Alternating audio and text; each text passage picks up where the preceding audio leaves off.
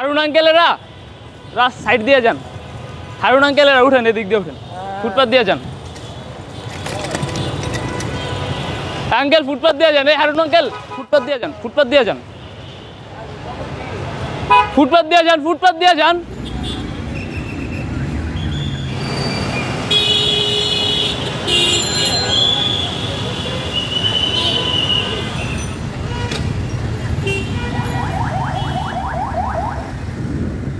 রাস্তা দিয়ে কাউকে হাঁটতে দিতেছি না আর কি, ফুটপাথ ইউজ করার জন্য সবাইকে উৎসাহিত করতেছি।